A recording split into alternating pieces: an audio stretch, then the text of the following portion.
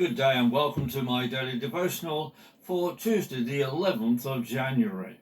Our reading is from Matthew chapter 2 and verses 17 to 19. Then was fulfilled the words spoken by Jeremiah the prophet, saying, A voice in Ramah was heard, weeping and a lot of mourning, Rachel weeping for her children, and she would not be comforted, because they are no more. Now Herod having died, an angel of the Lord appeared in a dream to Joseph in Egypt. Now Ramah means a hill, and Rachel means a ewe or a sheep. Herod means heroic, and Joseph means let him add, whereas Egypt means double straits. Rachel weeping for her children recalls how Jacob wept for his son Joseph, whom he was told had been killed. Later, he had his son restored to him in Egypt, where Joseph was second in position to Pharaoh.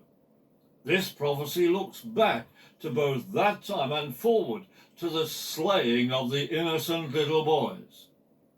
They had their young life ripped from them for the sake of Jesus.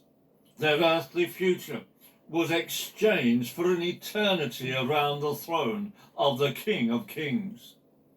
Their distraught mothers and fathers were engulfed in grief at the loss of their beloved children.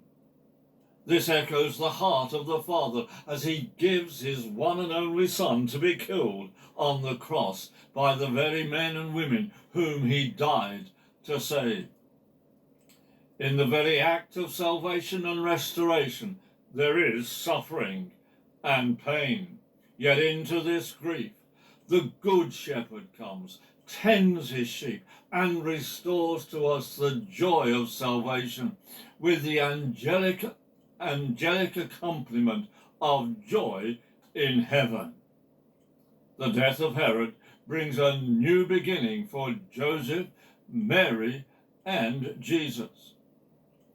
Herod died a death of excruciating pain, so the Jewish historian Josephus informs us.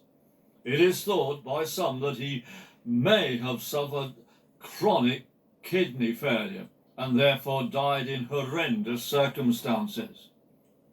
However, this is not comparable to the suffering that he inflicted on the innocent baby boys as he tried to snuff out the life of Jesus.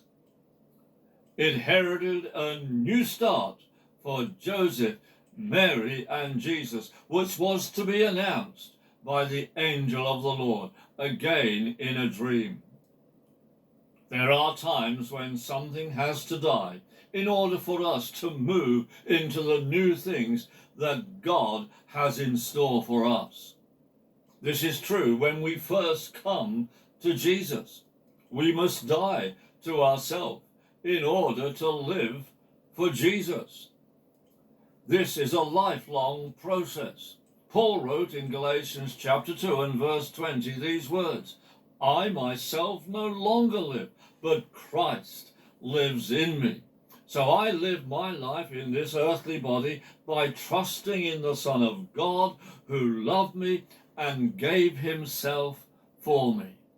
We must crucify whatever holds us back from doing the Father's will, and then we will enter into a new phase in experiencing the blessings of being in his will. Have a truly blessed day.